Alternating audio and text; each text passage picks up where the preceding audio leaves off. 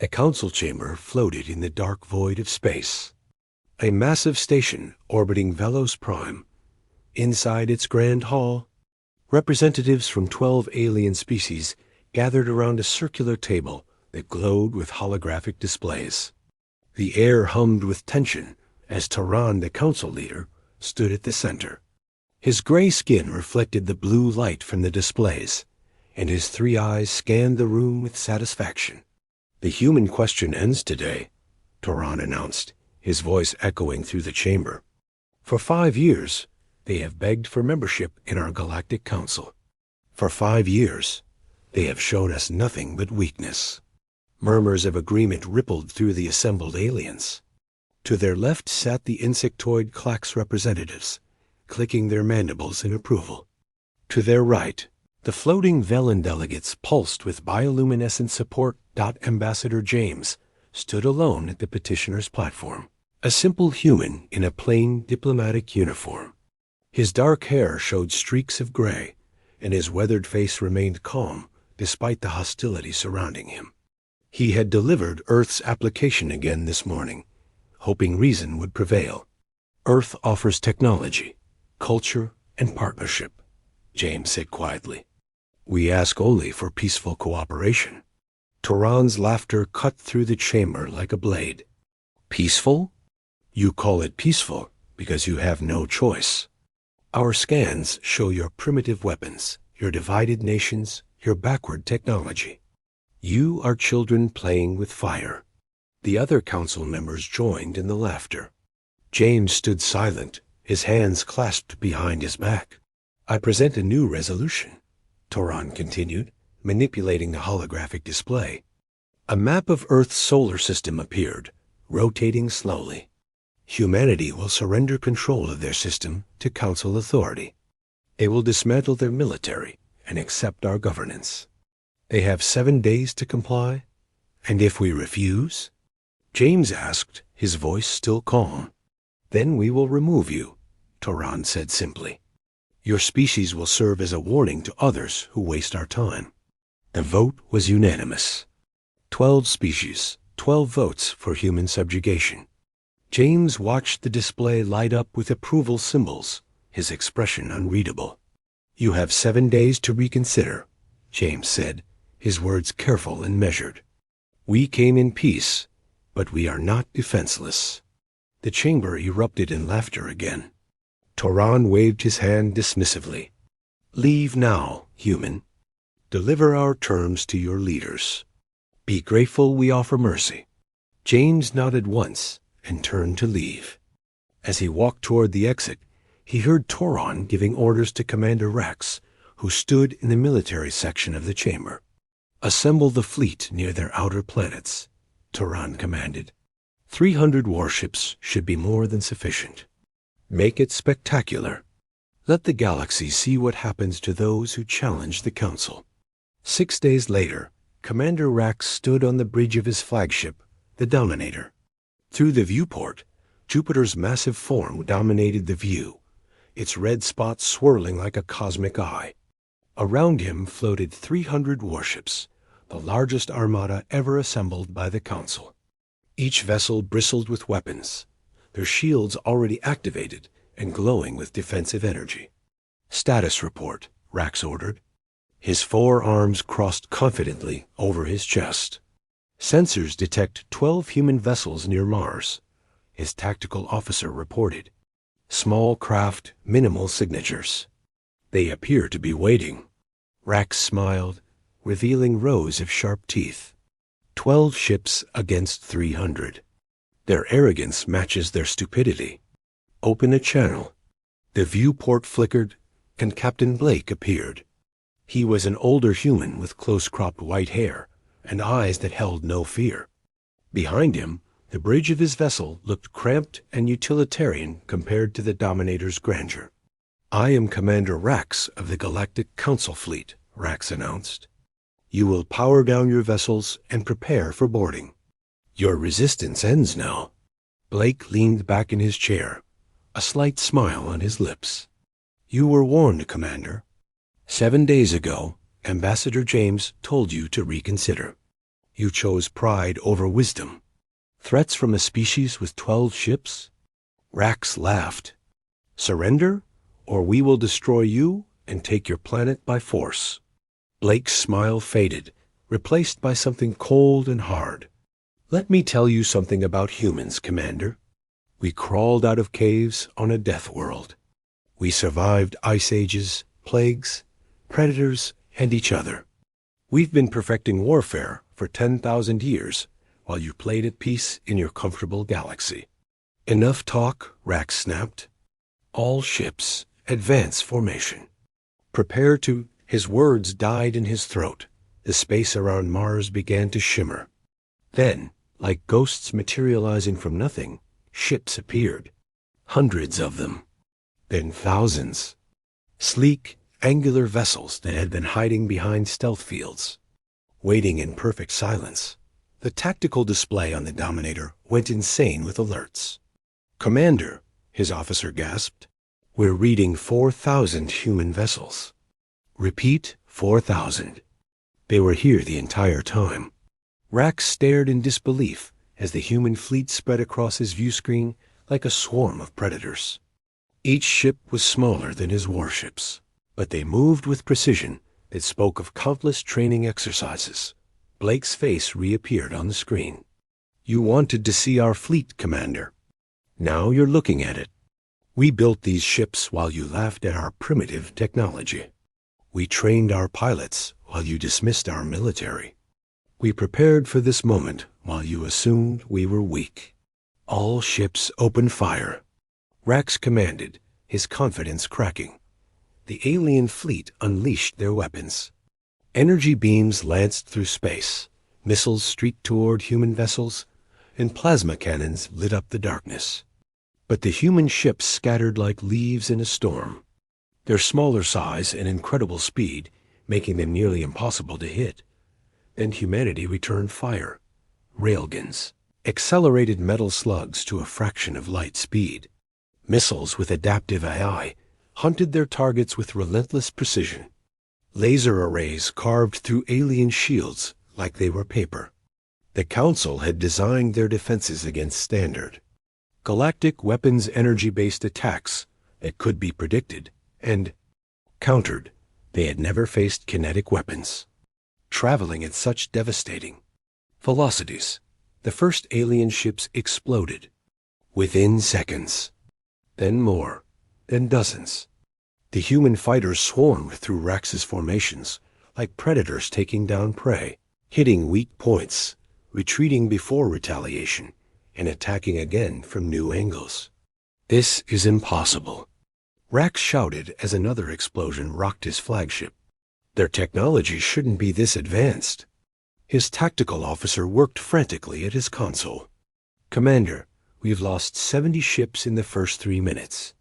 Their tactics, we can't predict them. They're using strategies we've never encountered. Blake's voice cut through the chaos. You wanted to know why humans seemed weak, Commander? Because we chose peace.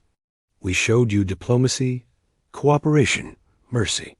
But make no mistake, we are a warrior species. We fought each other for millennia before we learned to work together. Every human on these ships comes from a world that tried to kill them since birth. We are survivors, and when you threaten our home, we become something you cannot comprehend. Another wave of human fighters tore through the alien formation. Rax watched in horror as his carefully organized fleet fell apart. Ships collided trying to escape. Commanders panicked and broke formation. The Council's supposedly invincible Armada was being systematically destroyed by an enemy they had mocked just days ago. Retreat! Rax finally ordered, his pride shattered along with half his fleet. All ships, fall back to Council space immediately. The alien vessels turned and fled, their once proud formation reduced to scattered survivors running for their lives. Human ships pursued for a few moments, then stopped at the edge of the solar system, holding their position like disciplined soldiers. On Earth, in the underground command center, Admiral Park watched the holographic display with grim satisfaction. Around her, officers monitored communications from the fleet and tracked the retreating alien forces. Captain Blake reports the enemy is in full retreat, an officer announced. Our losses are minimal. 23 fighters damaged, 0 destroyed. Order the fleet to maintain defensive positions, Park commanded. Do not pursue beyond the outer planets. We've made our point.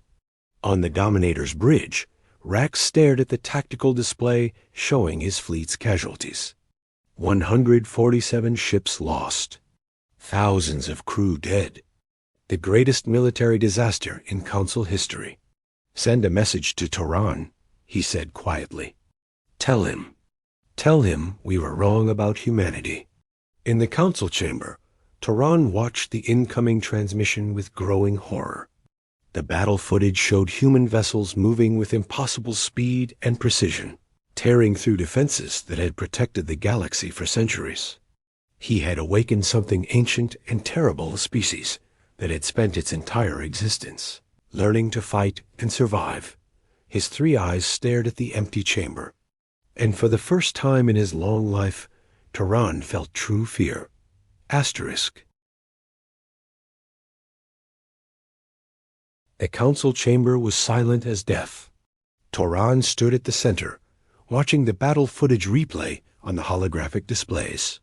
Around him, the 12 species representatives sat frozen in their seats. Their earlier confidence replaced by something none of them had felt in generations' fear. Play it again, Turan said quietly. The display showed human fighters moving through space like swift predators. Their ships twisted and turned with impossible precision, striking weak points in alien vessels before vanishing into the darkness. The audio captured the panicked voices of council commanders as their formations collapsed. How long until Commander Rax returns? Asked Myra, the Velen representative. Her bioluminescent body flickered with nervous energy. 4 days at maximum speed, Turan replied. What remains of the fleet, anyway? Less than half survived. The insectoid Clax delegate clicked his mandibles in agitation. This cannot stand. We must assemble a larger force. 10,000 ships. 20,000. We cannot allow a primitive species to defeat the Council. Did you not watch the same footage I did? Snapped Vorm, a reptilian delegate from the outer systems. Their technology is not primitive. Their tactics are beyond anything we have encountered. They have been hiding their true strength for years. While we laughed at them, Myra added softly, while we dismissed their diplomatic overtures as weakness. Turan slammed his fist on the console, causing the holographic display to flicker. They are one species, one planet. We represent 12 civilizations across hundreds of star systems. We have resources they cannot match. Do we? Vorn challenged. Our military has not fought a real war in 3 centuries. We have border skirmishes and peacekeeping operations. These humans have been fighting each other for their entire history. Every doctrine we have is theoretical. Theirs is written in blood. The doors to the chamber opened. Ambassador James walked in, flanked by 2 human security officers. Unlike his previous visit, he was not alone or diminished. He walked with the confidence of someone representing a power that had proven itself. Ambassador James, Turan said coldly, you were not summoned. No, James agreed, stopping at the petitioner's platform. But we need to talk. Your fleet attacked our solar system. You lost. Now we discuss what comes next. You speak as if you have authority here, the Clax delegate hissed. James turned to face the insectoid. 6 days ago, I stood here and asked for partnership.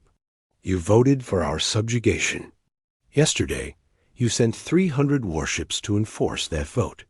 Today, half those ships are debris floating in our space.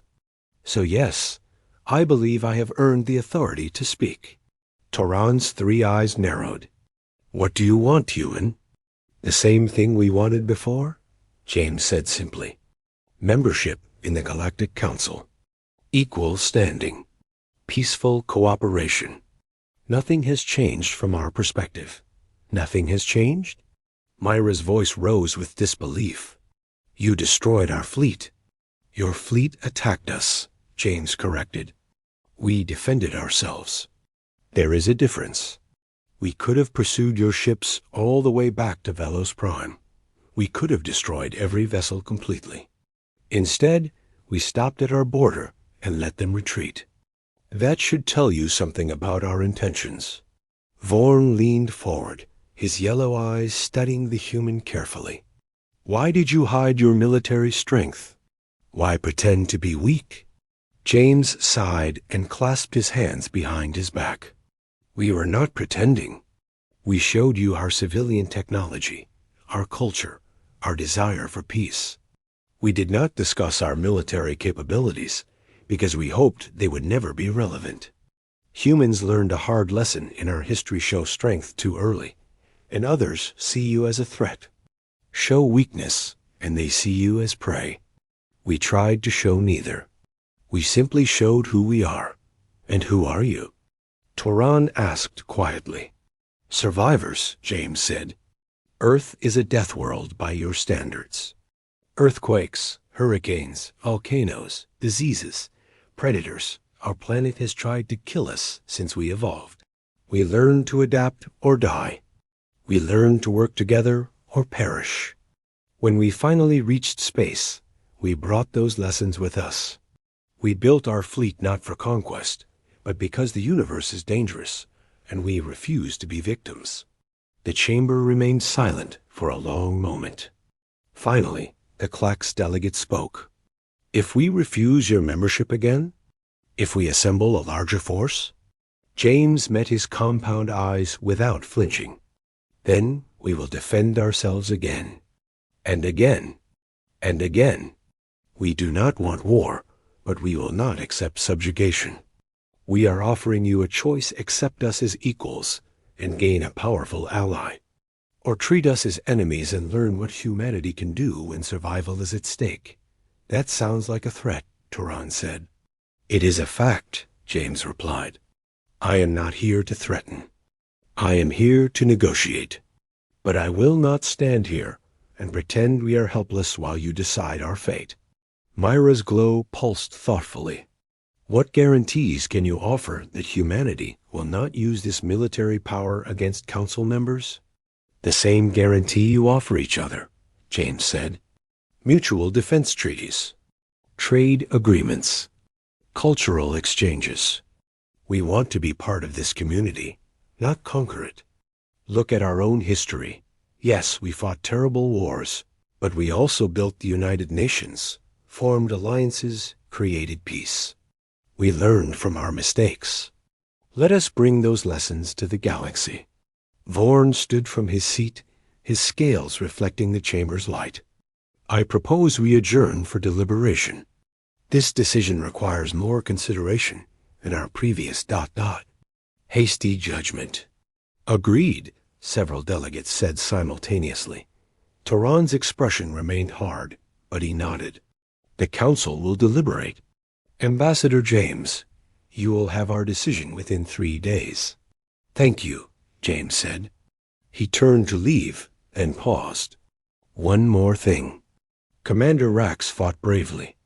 His crew died following orders they believed were righteous. We took no pleasure in their deaths. War is not glorious, it is tragic. We hope this is the last blood spilled between our peoples. After James left, the council chamber erupted in debate. The Clax delegate demanded immediate military buildup. Mayra argued for cautious engagement. Vorn suggested a probationary membership. Other voices joined the chaos, each representative protecting their own interests. Turan watched them argue and felt something shift inside him.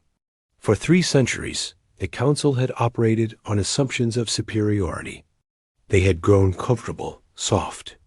They had forgotten that peace was not the natural state of the universe. It was something that had to be earned and maintained.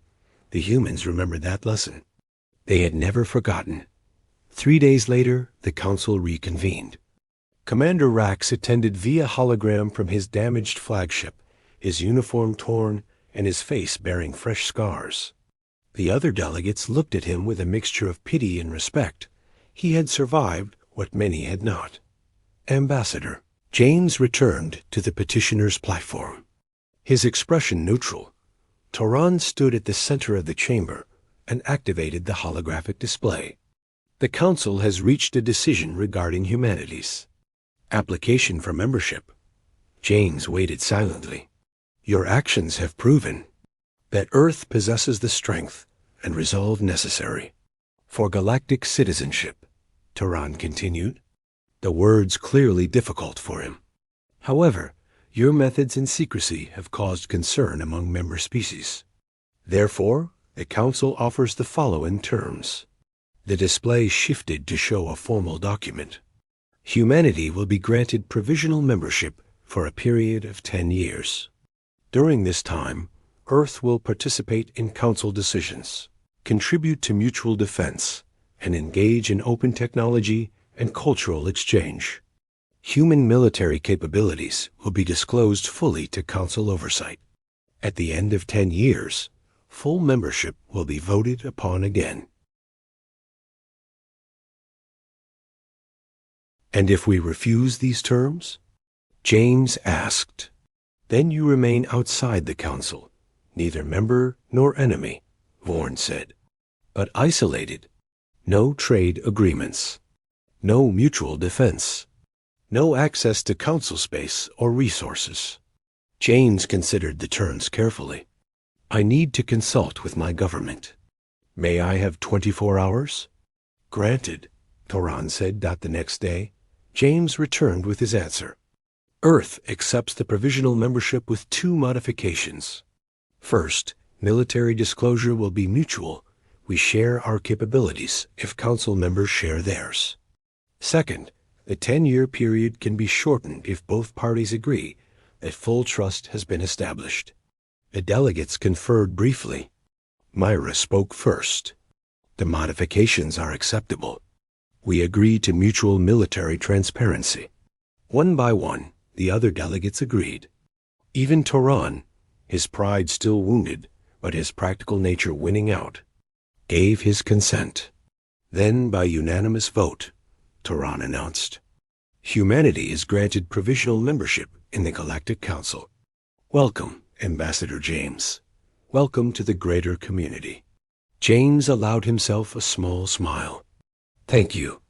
I believe this is the beginning of something important for all our peoples. As the formal ceremonies concluded, Commander Rax's hologram approached James privately. Ambassador, may I speak with you? Of course, Commander. Rax's 4 arms hung at his sides, his posture showing respect rather than hostility. I underestimated your people. I paid for that mistake with the lives of good soldiers. I want you to know I will not make that mistake again. James nodded slowly. Commander, those soldiers died because leaders on both sides made poor choices. We both carry that weight.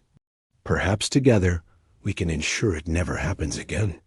Rax studied the human for a long moment, then extended one arm in the Council's gesture of respect. James grasped it firmly. In the command center on Earth, Admiral Park watched the transmission of the ceremony with her officers. When James shook hands with various Council members, the room erupted in quiet celebration. We did it, her second-in-command said. We're in. We are, Park agreed. But this is just the beginning. Now comes the hard part, proving we deserve to be here. Proving that strength and wisdom can coexist. She looked at the display showing their fleet, still positioned defensively around the solar system. Thousands of ships, thousands of crew members who had trained their entire lives for a battle they hoped would never come. And when it came, they had performed flawlessly. Stand down the alert status, Park ordered. Begin rotating crews back to normal schedules. But keep the patrol ships active. Trust is earned slowly. Yes, Admiral.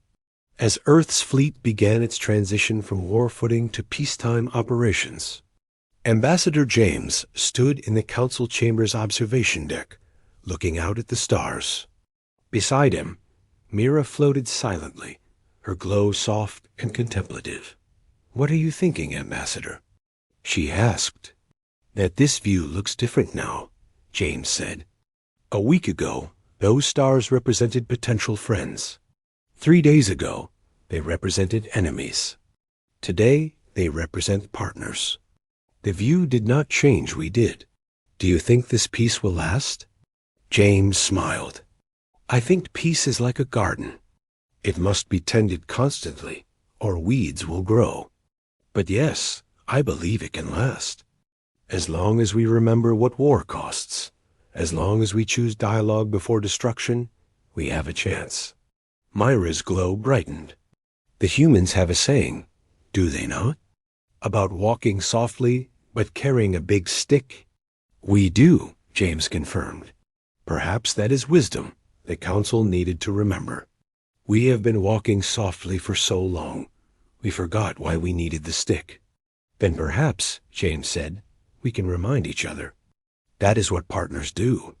Far below, on Earth, people looked up at the night sky with new understanding. They were no longer alone. They were no longer begging for acceptance. They stood as equals among the stars, their strength proven not through aggression, but through the courage to defend what they valued most, their freedom, their home, and their right to choose their own destiny. The galaxy had believed Earth was weak. They had learned the truth the hard way.